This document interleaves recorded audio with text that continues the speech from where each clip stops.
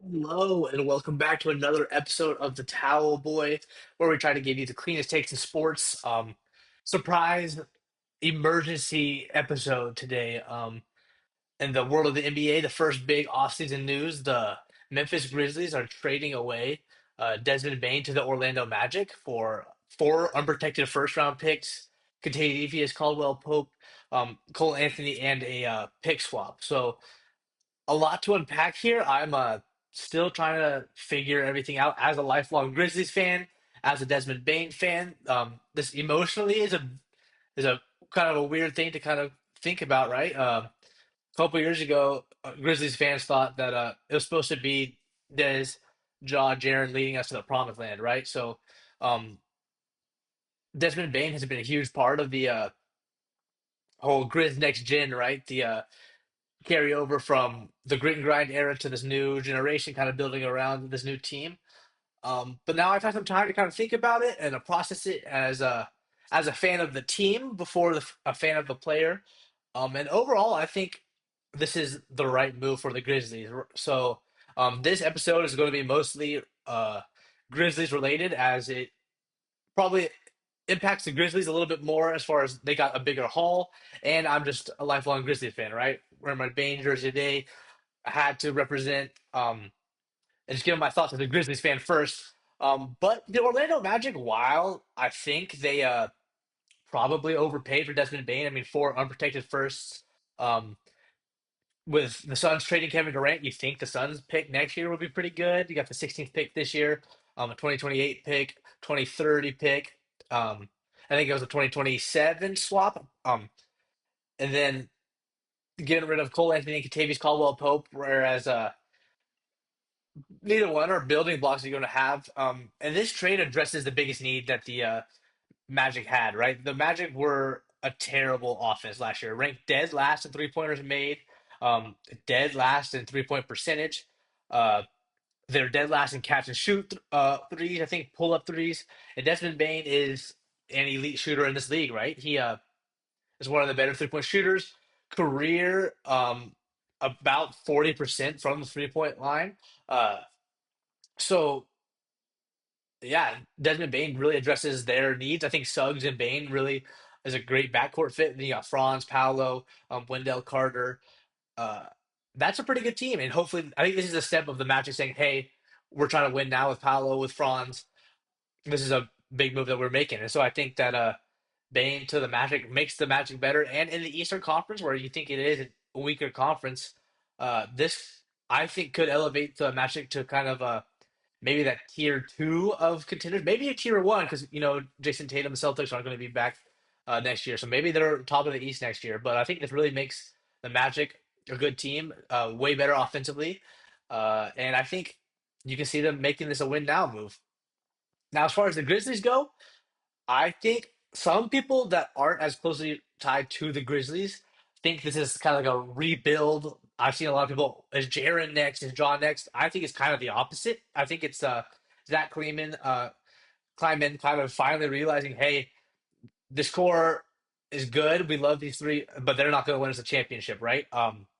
I think this is saying that we're going to build around John, we're going to build around Jaren, but we're going to get new pieces to better complement those two, right? I think that they were linked with Deni Avdija earlier this weekend, the Grizzlies trading.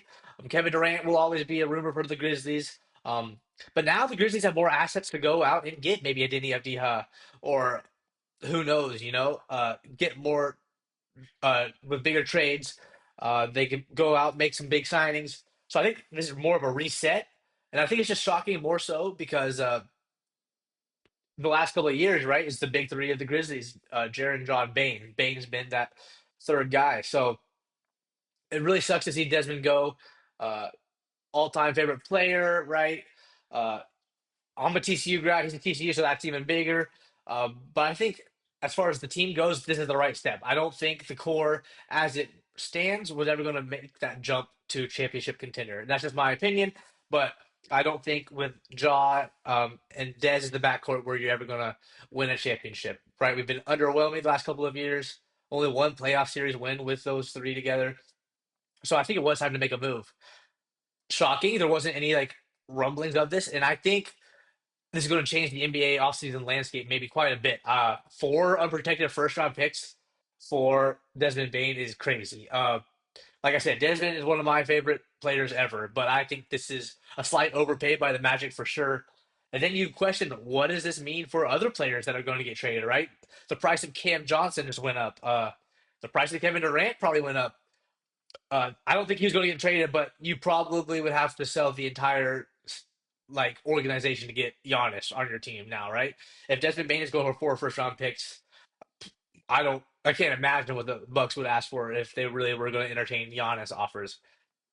So yeah, I'm really curious. That's just kind of rambling thoughts, nothing too deep. I'll probably come out with something more in depth, but this is more just like a reactionary to the trade.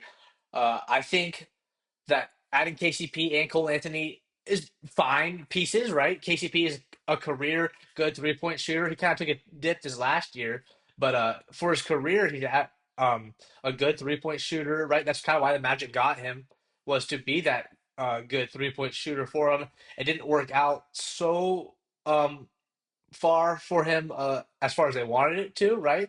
But yeah, KCP career 36.7% from three. Grizzlies needed more shooting as well. Good veteran locker leadership, right? Cole Anthony, they have Scottie Pippen. I think they're a little bit redundant. I don't think he's going to be a huge impact player, but he can give you some scoring off the bench. Maybe he's a trade piece for their next move, right? We'll see what happens. Uh, and then, yeah, like I said, the Magic got better. I think the Grizzlies got an unbelievable haul. I think this is while Bane is part of the core, you didn't really want to trade him. If you're Zach Kleiman, you get this call. The Magic are offering you this offer. I think it's a no-brainer. No GM or owner would ever decline this call. So as sad as it is to see Desmond leave Memphis, I'll cheer him on in Orlando, of course. But I think this makes both teams. This is a good move for both teams, and so I'm excited to see how this really plays out. To see what's next. I think especially for the Grizzlies that this is just step one of the offseason. I think they recognize that it is time to go all in. It's going to be around Jaw, Jaron, who else? Edie got hurt, so maybe they have to bring in a center. But I think there's going to be more trades. There's going to be bigger pieces added to this Grizzlies team, and I'm excited to see how this offseason goes. Yeah, so it was kind of surreal. Um, but this is just my quick thoughts rambling about the first huge offseason news that we have for this NBA. So thank you guys for tuning in. I'd love to hear y'all's thoughts about this trade, what you think is next for Orlando, for Memphis, what you think might happen just around the league if the domino effect of this. So yeah, thanks for tuning in. We'll get you out some more content after we're ramping up the finals coming to an end, the draft. More stay tuned. Thanks for checking in and have a great day.